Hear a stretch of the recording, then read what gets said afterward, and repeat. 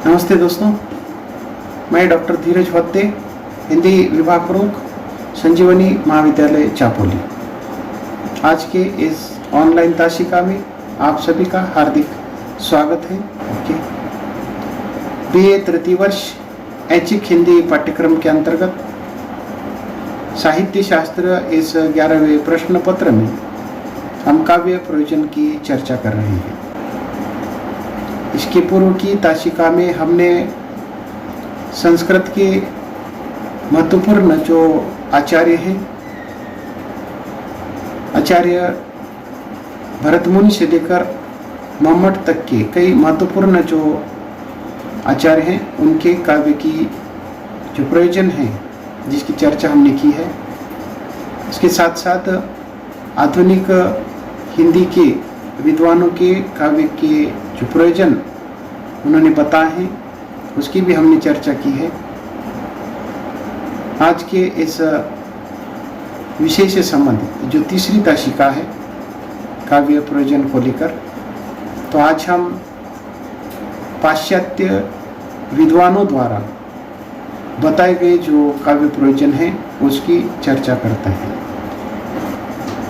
काव्य प्रयोजन को समझने की दृष्टि से विद्वानों ने काव्य प्रयोजन को दो भागों में विभाजित किया है।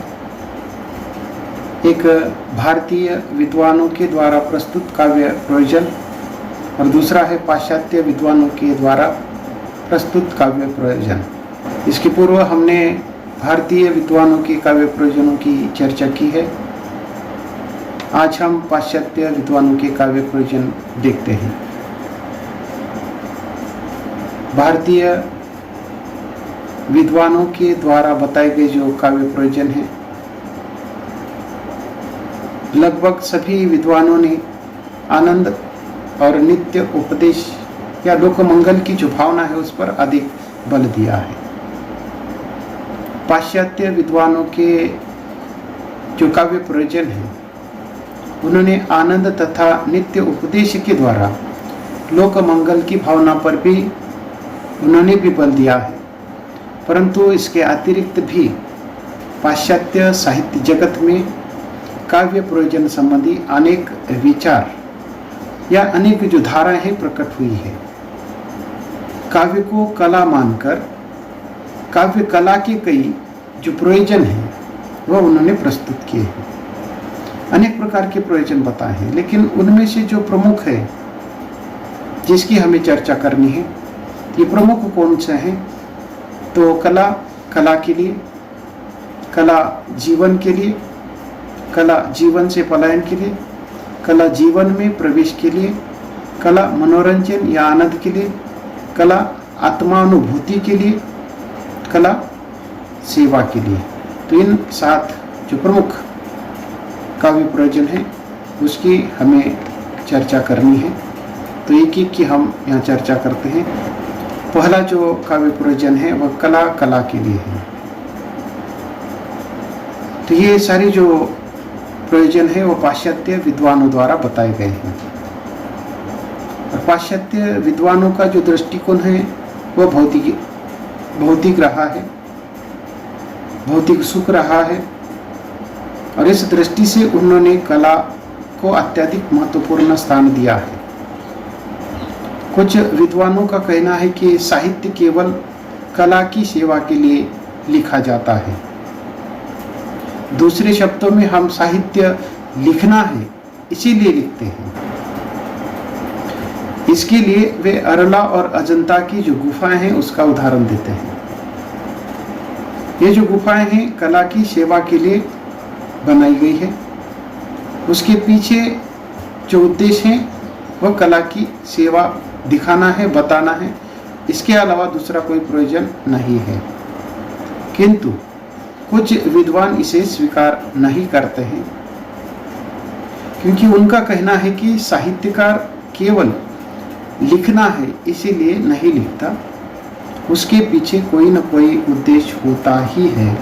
इसीलिए जॉर्ज बर्नार्ड शॉ ने यहाँ तक कहा है कि कला मात्र कला के उद्देश्य से ही साहित्यिक जो श्रम है, करने का सवाल होता तो मैंने एक भी पंक्ति न लिखी होती।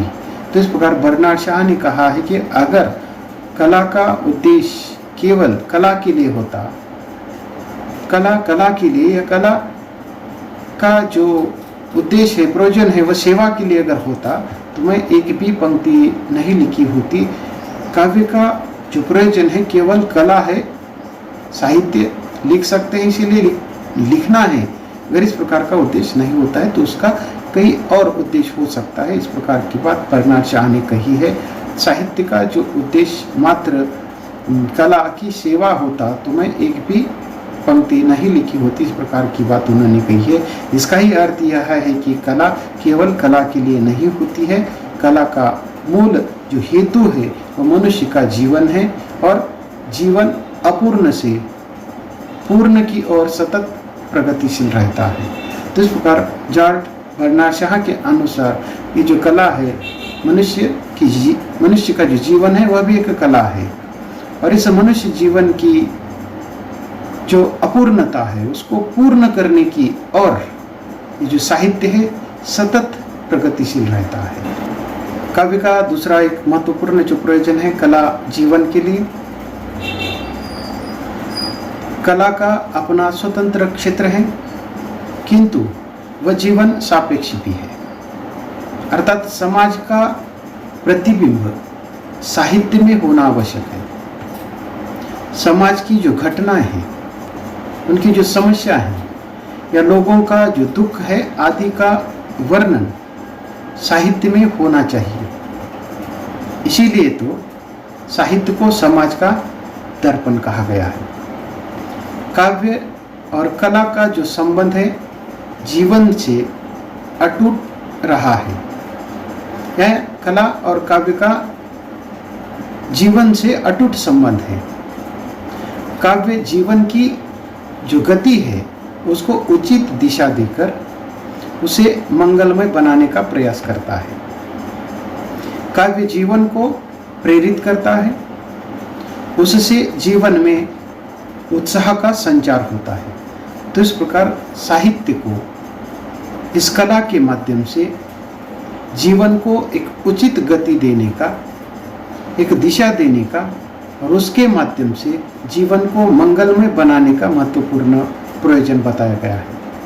काव्य जीवन को प्रेरित करता है, उससे उत्साही बनाता है या जीवन में उत्साह का संचार करने का महत्वपूर्ण जो काम है वह कला करती है या काव्य करता है।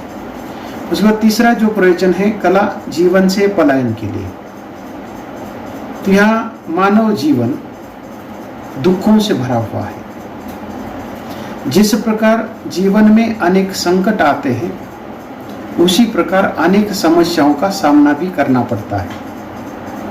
इन सभी से बचने के लिए समाज से दूर भागने की आवश्यकता है। समाज से दूर भागने की आवश्यकता है। तो इस प्रकार यहाँ साहित्य को चाहिए कि वह लोगों को इस प्रकार की प्रेरणा देने की आवश्यकता है। हम अपने दुखी जीवन से थोड़ी देर शांति पाने के लिए कला और काव्य का आश्रय ढूंढते हैं।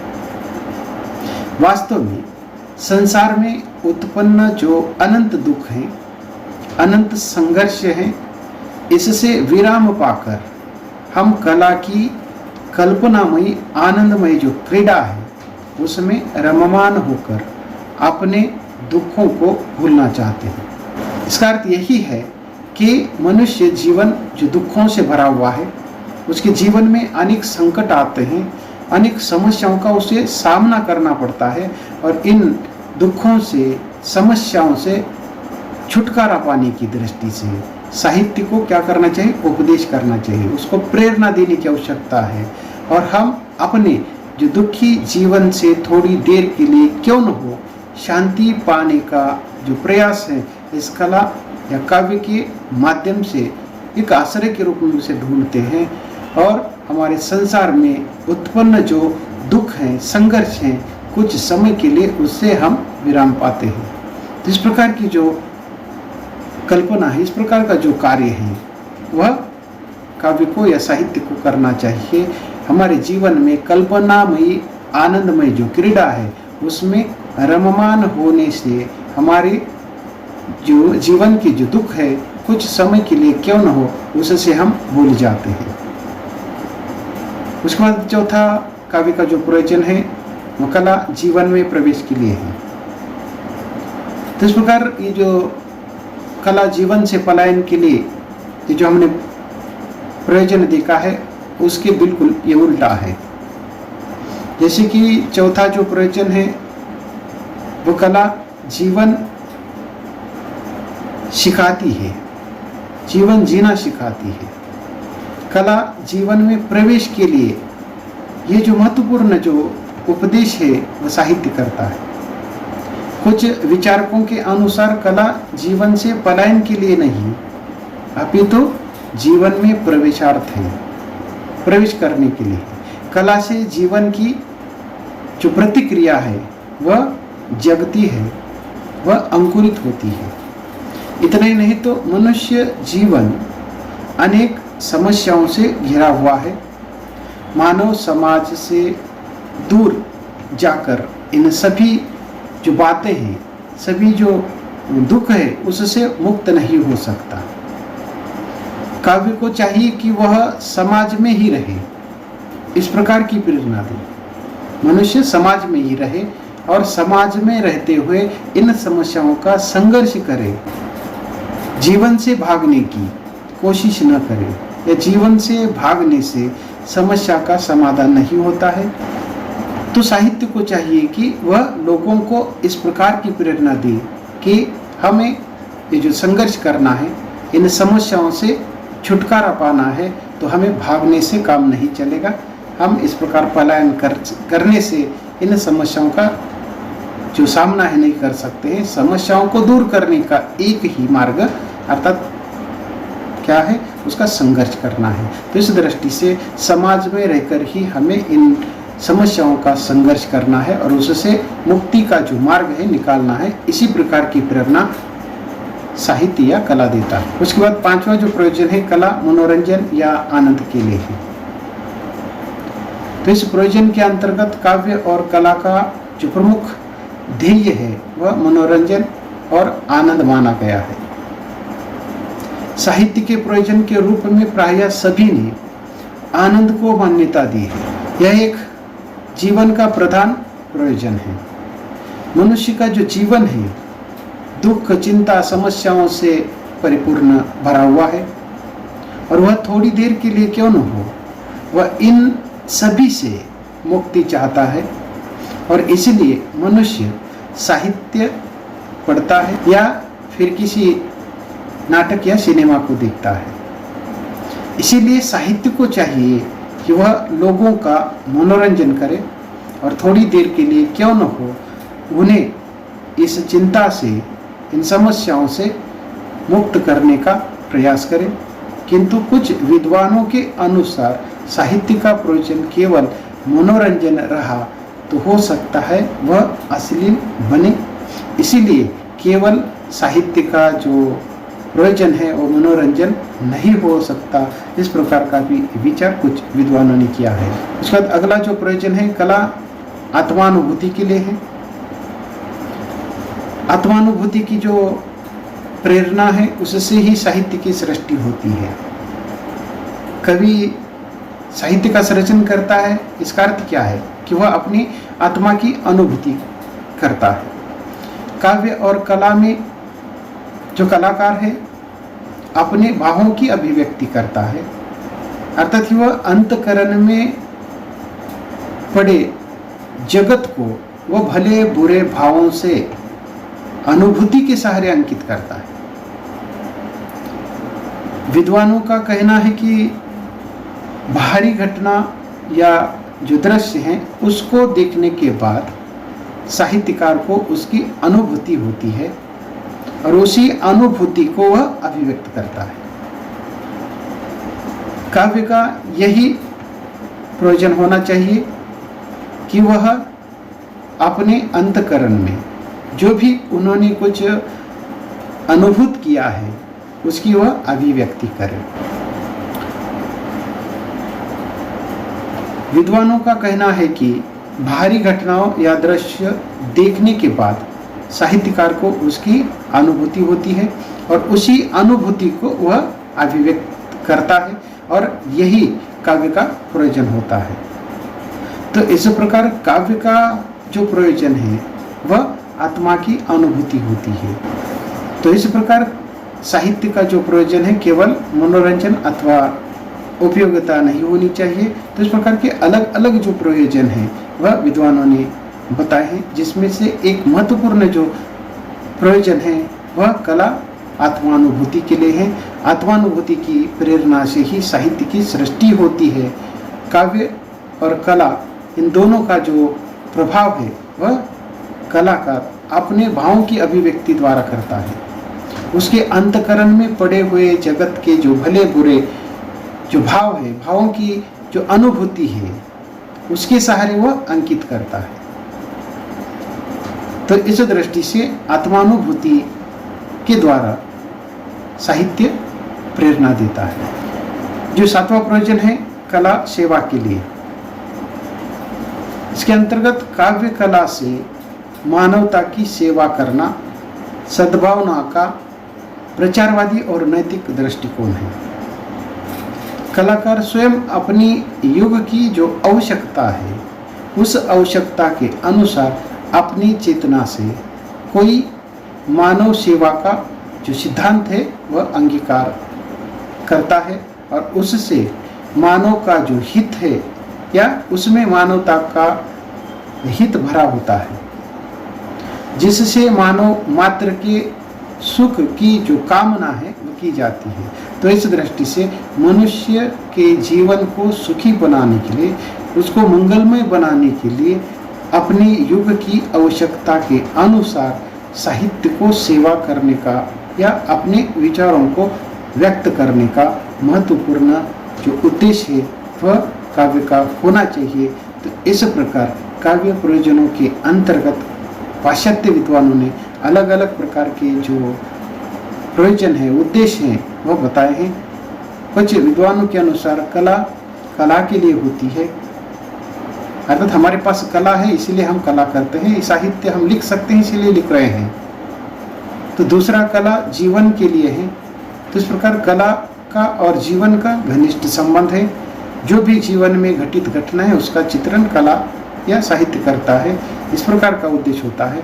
तीसरा जो प्रयोजन बताया गया है कि कला जीवन से पलायन के लिए है।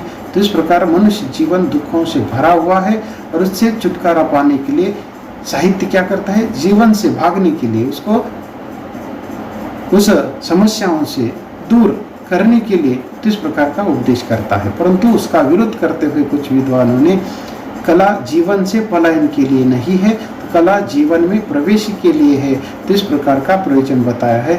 इस प्रयोजन के अनुसार मनुष्य जीवन के जो दुख है, समस्या है, चिंता है, तो उससे पलायन करने से ये दूर नहीं होती है। तो समाज में रहते हुए इन समस्याओं का संघर्ष करना है, संघर्ष करने की प्रेरणा देने का जो प्रयोजन है इस कला जीवन में प्रवेश के लिए है। उसके बाद कला मनोरंजन या आनंद के लिए है। तो सभी विद्वानों ने इस प्रकार आनंद प्राप्ति को काव्य का महत्वपूर्ण प्रयोजन माना है। और एक तरफ यहाँ मनोरंजन को भी कुछ विद्वानों ने काव्य का प्रयोजन बताया है। यहाँ साहित्य जैसे कि मनुष्य जीवन के जो दुख है, चिंता है, समस्या है, उससे थोड़ी देर के लिए क्यों न हो दूर करने के लिए मनोरंजन के माध्यम से, अर्थात मनुष्य जीवन का ये जो दुख है उसको दूर करने की बात कही है। लेकिन अगर साहित्य का जो प्रयोजन है केवल मनोरंजन रहा तो हो सकता है वह अश्लील बनने का खतरा है। तो इस दृष्टि से अधिक मनोरंजन न होते हुए मनोरंजन के माध्यम से उपदेश होना चाहिए, इस प्रकार की भी बात हिंदी विद्वानों ने भी कही है और पाश्चात्य विद्वानों ने भी कही है। उसके बाद कला आत्मानुभूति के लिए है। साहित्यकार जो भी कुछ लेखन करता है, समाज की जो विभिन्न प्रकार की जो घटना है, प्रसंग है या समाज के जो सुख दुख है उसको वो देखता है, उसकी अनुभूति उसे होती है और उसी की अभिव्यक्ति वह साहित्य के माध्यम से करता है। कला सेवा के लिए इसके अंतर्गत कला या साहित्यकार जो भी साहित्य लेखन कर रहा है वह सेवा की दृष्टि से होना चाहिए।